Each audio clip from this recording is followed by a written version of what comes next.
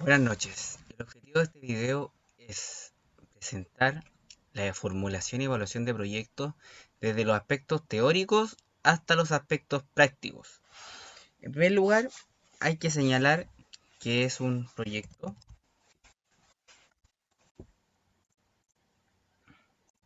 Bueno,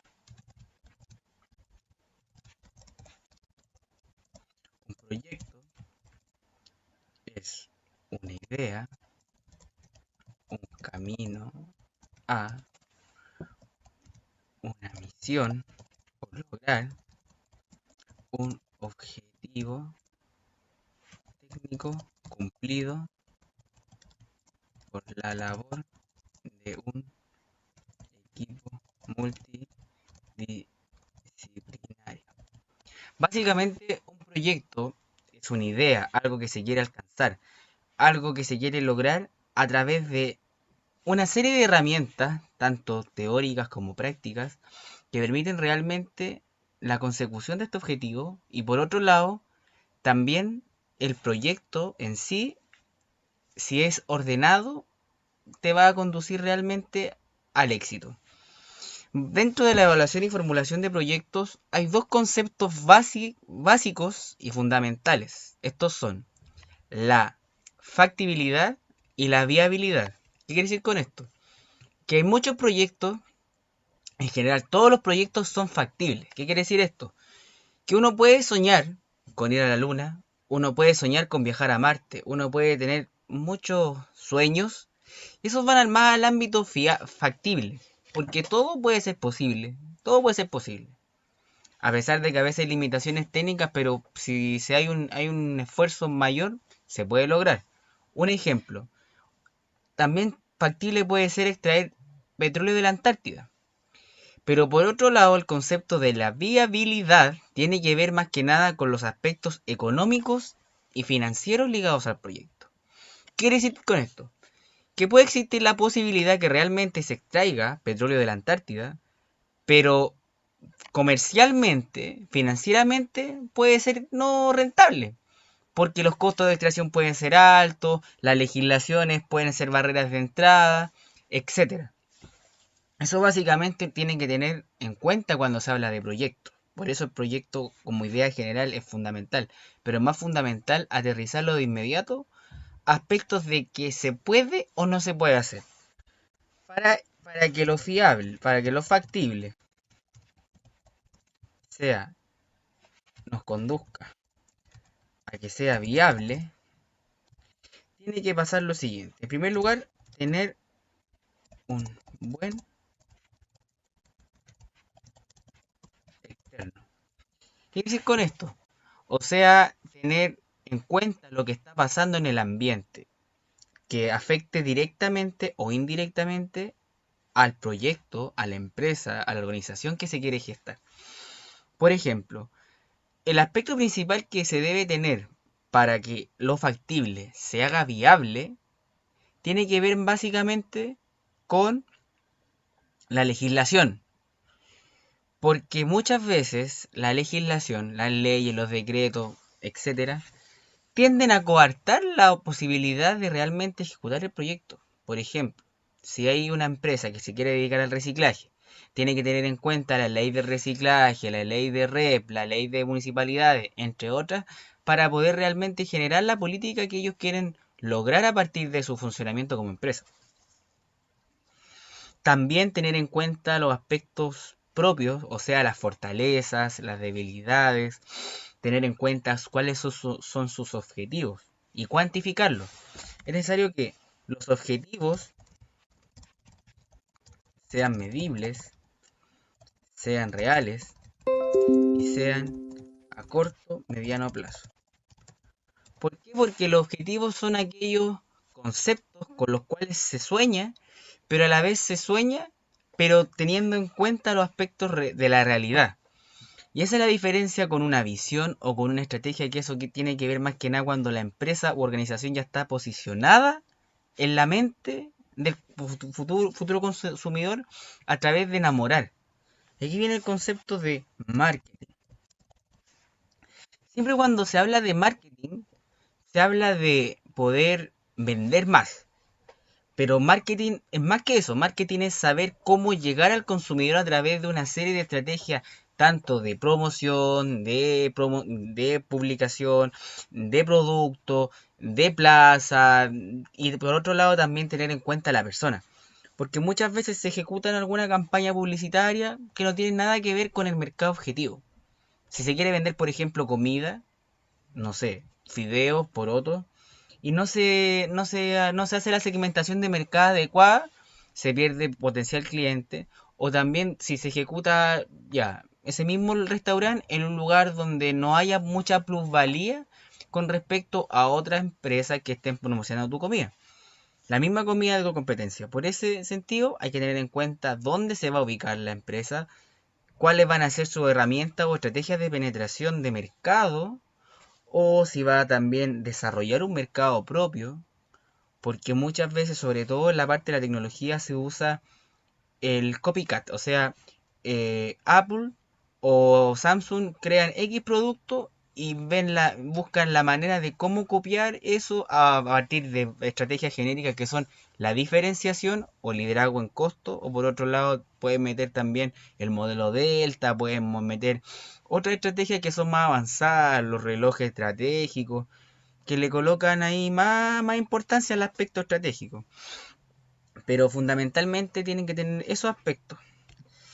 Y el aspecto fundamental dentro de la viabilidad de un plan de negocio o proyecto, si se quiere tomar así, se puede tomar como plan de negocio o proyecto, son los aspectos económicos financieros. Y dentro de estos aspectos económicos financieros existen dos indicadores base, la TIR y el BAN. La TIR es la tasa interna de retorno. ¿Qué quiere decir esto? Si se ejecuta una tarea del periodo 0, 1, 2 hasta n, se sabe que en el periodo 0 se ejecutan las inversiones, o sea, los desembolsos que permiten el funcionamiento de la empresa durante el periodo 1, 2 hasta n. Ahí está. Ahí. Que permiten el funcionamiento de eso, que aquí tienen que ver las patentes, las inversiones, las obras físicas, las máquinas y el capital de trabajo. El capital de trabajo básicamente son aquellos recursos de corto plazo que quedan a partir de restar los activos corrientes menos los pasivos corrientes, o sea, los recursos de corto plazo menos las obligaciones de corto plazo. También hay otros métodos para determinar el capital de trabajo, que es el déficit máximo acumulado o también cierta proporción de las ventas, que permite realmente a la empresa mantenerse durante un periodo determinado de tiempo. Y luego también hay que tener en cuenta que en el periodo 1, 2, 3 hasta n hay costos del periodo. Tiene que ver básicamente con aquellos desembolsos que solamente permiten el funcionamiento de la empresa, pero que no son fundamentales para poner en marcha la empresa. ¿Qué quiero decir con esto? Por ejemplo, un costo del periodo puede ser una remuneración, un costo de fabricación, un costo variable, un costo fijo. Son gastos que se ejecutan. Básicamente, cuando se habla de costo de periodo, son gastos, son desembolsos en un periodo determinado de tiempo. Y cabe señalar que los costos variables van a estar en función de lo que se produzca o se tenga como giro principal o rubro principal dentro de una empresa. ¿Qué quiero decir con esto? El costo variable en una fábrica de manufactura va a ser la remuneración por hora que se vaya a ejecutar a través de algún proceso de un producto X. También hay algunos que son los CIF, que son los costos indirectos de fabricación, pero también pueden ser variables que están en función de la cantidad o también por otro lado de la luz, de varios aspectos que van a estar en función de la producción, de lo que realmente la empresa produce. Por otro lado, hay una serie de costos que son costos fijos, que van a ser, como su nombre dice, en ese tiempo, en ese periodo, se puede repetir en más periodos, pero va a ser el mismo, no va a ir cambiando. ¿Por qué?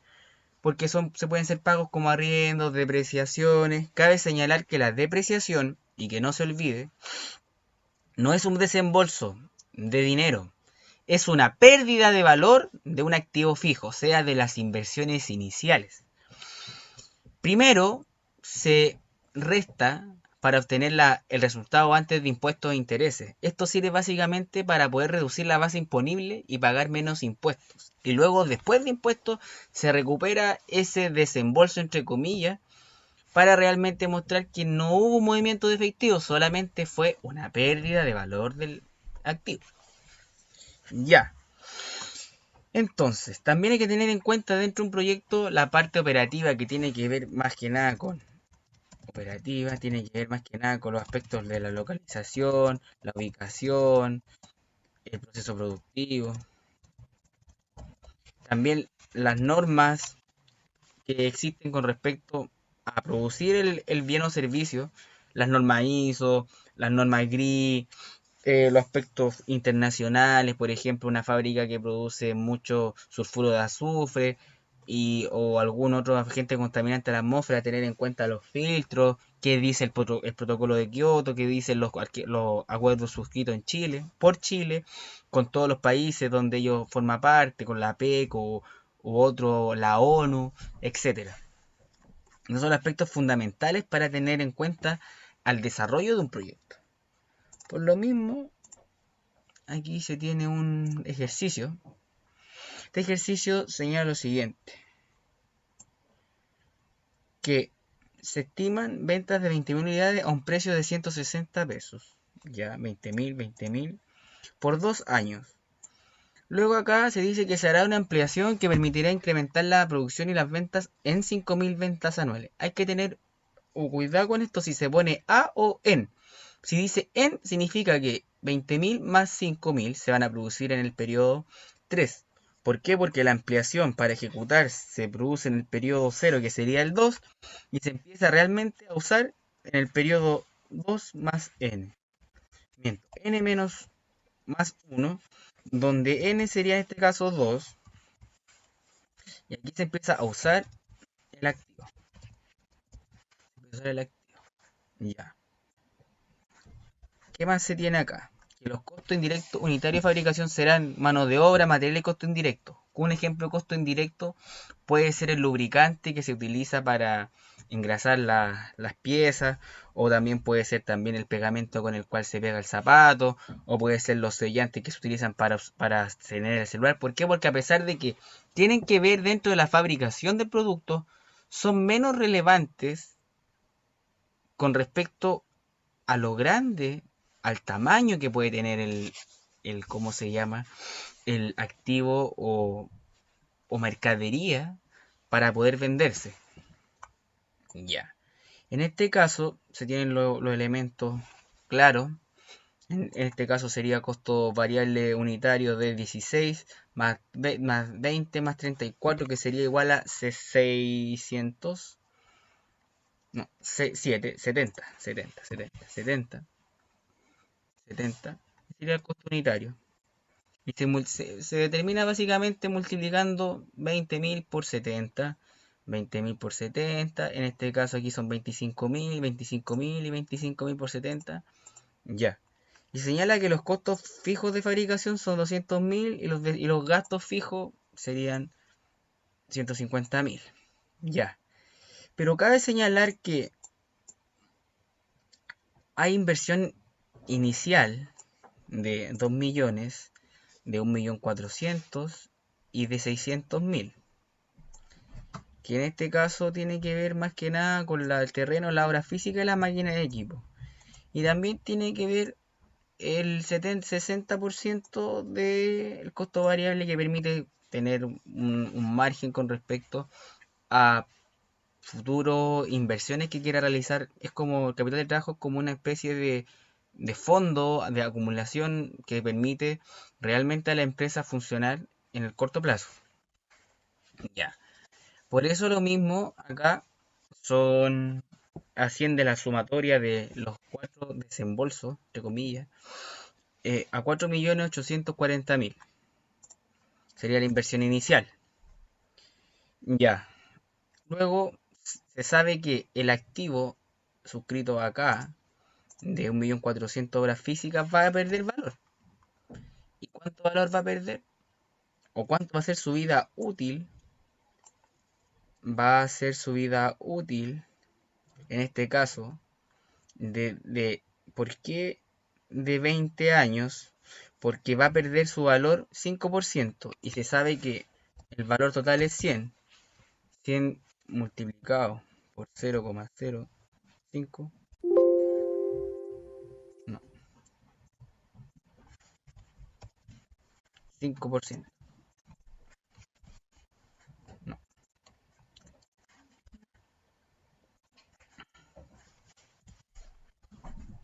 eso es 5%, 5%. Y otro puede hacer lo mismo con 10, o sea, la vida útil de las maquinarias va a ser a 10. Va a ser 10 años. En este caso se puede ver que va a perder valor 70.000, 60.000, 70.000, 60.000. Se va a perder el mismo valor para las obras físicas todo el periodo, pero va a cambiar con respecto a lo que va a quedar como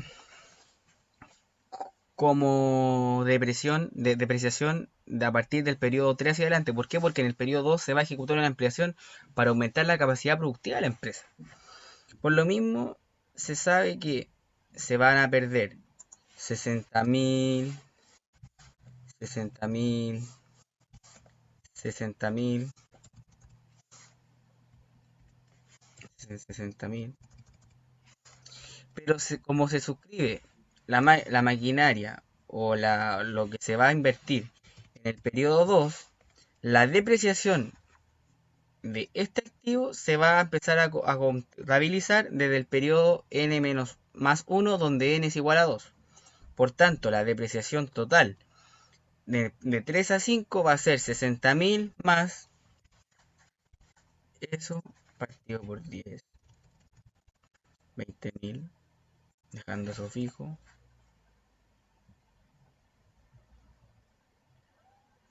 Ahora cerré, ya, vamos a abrir de nuevo. Dejando eso fijo.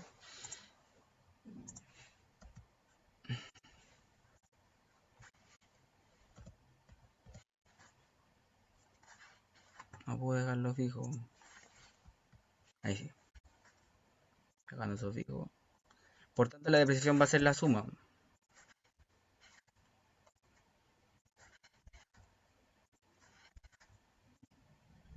80.000 que están reflejados acá. Esta va a ser la depreciación del periodo 3, 4 y 5.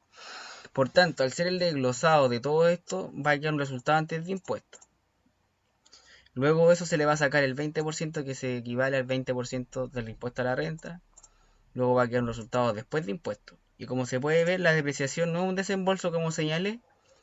Y por tanto va a quedar, cuando se sume la depreciación, va a quedar un flujo de caja neto operativo.